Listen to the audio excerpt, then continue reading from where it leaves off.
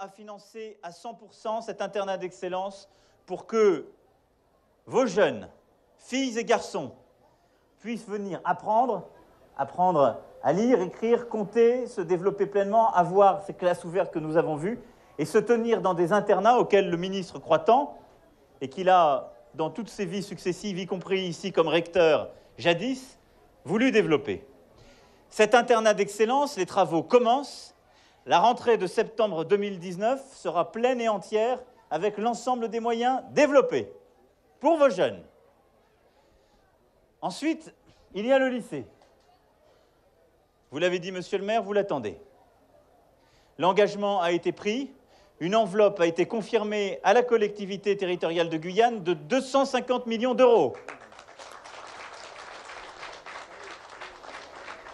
Elle permettra de financer 2 projets pour Maripasoula et ses environs. Le premier, celui du lycée. Nous déléguons ces travaux, cette coordination au président Alexandre. Les appels d'offres seront lancés par le président dès le mois de décembre. J'annoncerai dès demain des mesures concrètes de transformation du plan Harpie pour repenser, pour la décennie à venir, un nouveau plan avec la modernisation des moyens, des engagements nouveaux de l'État pour régénérer notre ambition en termes de lutte contre l'orpaillage clandestin. Il y a aussi une vigilance collective, et je vous le dis avec beaucoup de sérieux.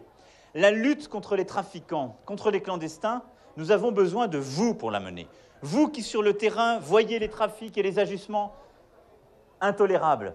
Il faut qu'en lien avec la police, la gendarmerie, l'armée, la préfecture, vous puissiez signaler ces comportements, aider à mieux travailler, parce que c'est vous qui avez la meilleure connaissance du terrain. Et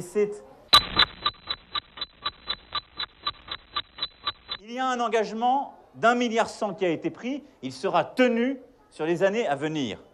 Mais derrière, ce sont des projets que nous devons développer.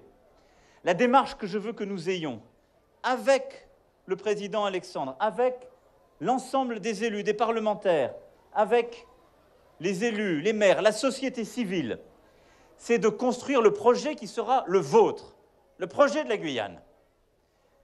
C'est le cœur même de ces assises de l'outre-mer. Fin janvier, les propositions, les demandes doivent être finalisées et c'est monsieur le préfet qui aura à organiser sur le terrain ce travail. Sur cette base, d'ici au printemps, ce sont des engagements clairs, avec des échéances, des engagements tenus par l'État qui seront pris, avec des dates et des montants.